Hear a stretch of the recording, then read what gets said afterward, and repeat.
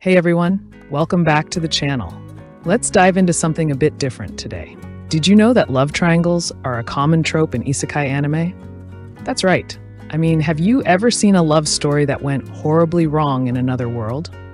Well, buckle up because we're about to explore some of the wildest, most messed up love stories in Isekai anime. Alright, so for those of you who might be new to the world of anime, Isekai is a genre where characters are transported to another world, usually with some magical or fantasy twist. What's fascinating is how these series take the typical romance trope and throw it out the window. Instead of straightforward love stories, we often get complicated relationships filled with deception, betrayal, and yes, a lot of heartache. So let's get into it. Now let's talk about the common theme of love gone wrong in Isekai anime. A lot of these relationships start off with high hopes and dreams, but man, do they take a nosedive. You've got characters who fall in love at first sight, only to find out that their love interest has a dark past or is involved with someone else. Sometimes there's even a love triangle where one person gets hurt in the process. These narratives often lead to unexpected consequences, and it's not just about who ends up with whom. We see characters dealing with emotional turmoil, jealousy, and the repercussions of their choices. It's like a roller coaster of emotions that leaves you questioning everything. Now, let's get into the meat of the video, the top 10 Isekai anime with messed up love stories. Number 10.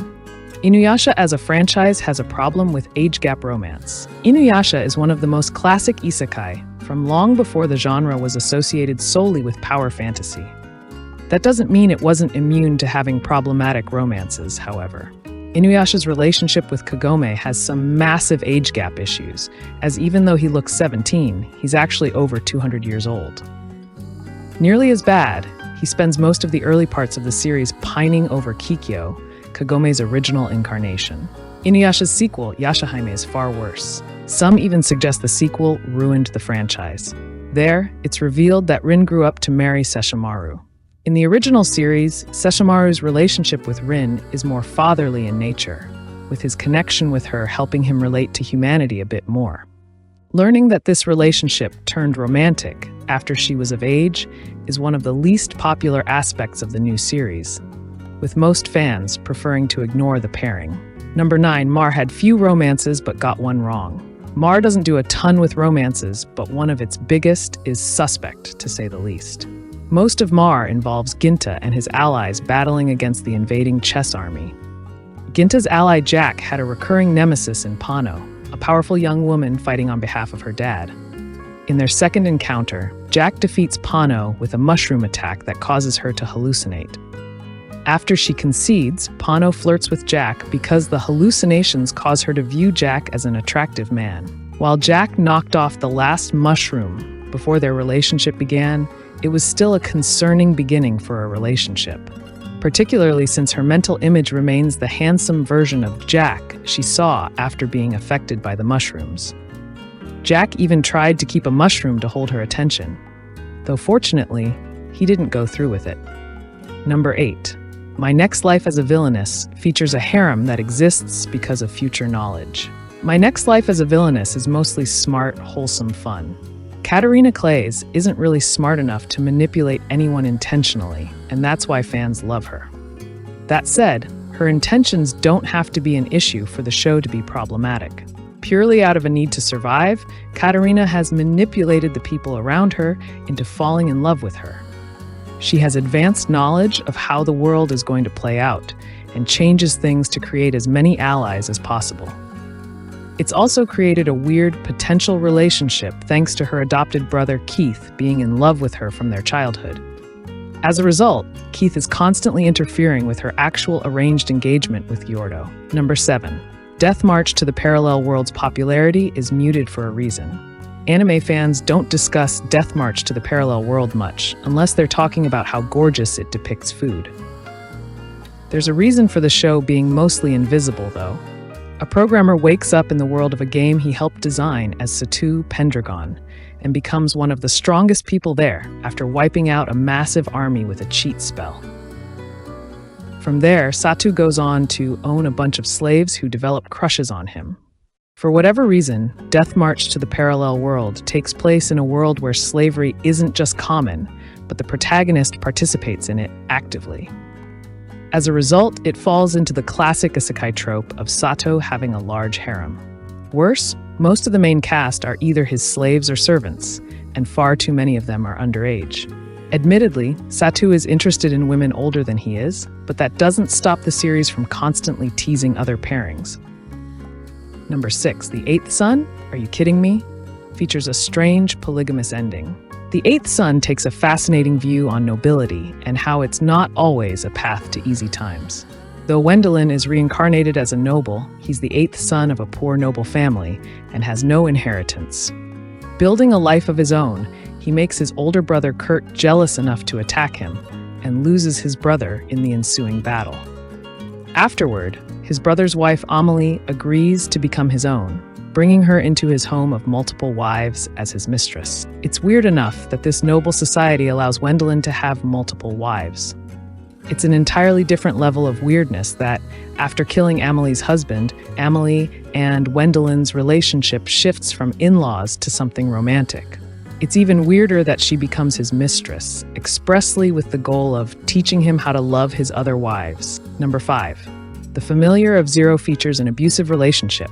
The Familiar of Zero was one of the earliest isekai series to find major success, going on to receive multiple seasons. The story begins with Louise, a noble who's actually terrible at casting magic.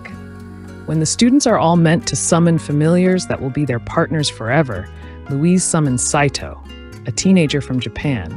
Though Saito is only meant to be her guardian, eventually a romantic relationship blossoms between him and Louise. A lot of viewers will have an issue with the Familiar of Zero's relationship pretty much from the start.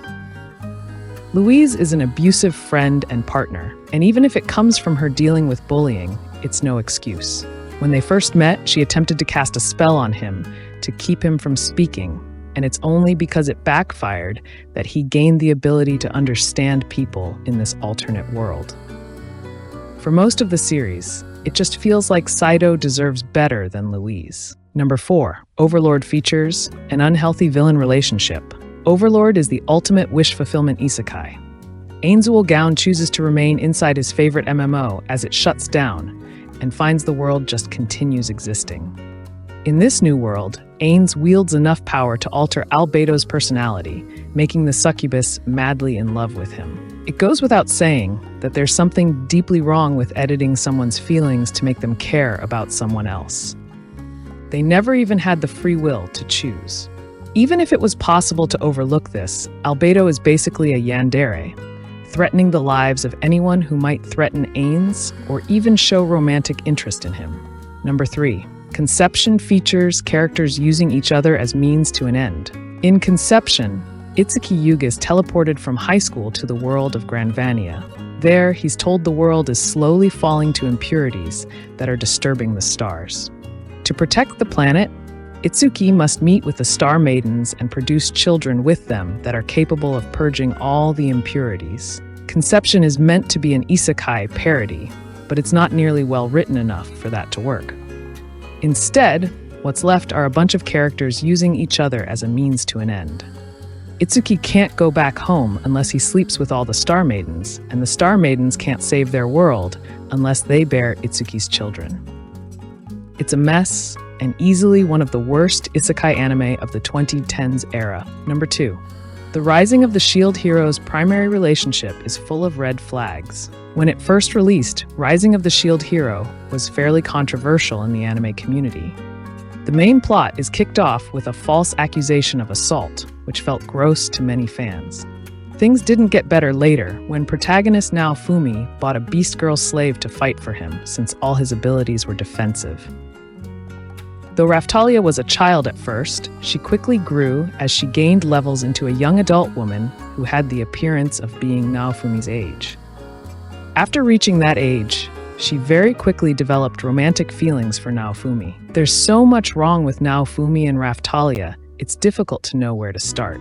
For one, even if Naofumi is nice, a relationship between a master and their slave will always be wrong. That's without even considering Raftalia's rapid artificial age growth. Though now Fumi seemingly regards her as a child more than an adult, the show has made clear that won't be a permanent situation. Number 1. Mushoku Tensei shouldn't have let Rudeus keep his memories. Mushoku Tensei has some of the best writing of any isekai universe, slowly developing Rudeus's life from a baby into that of a grown man.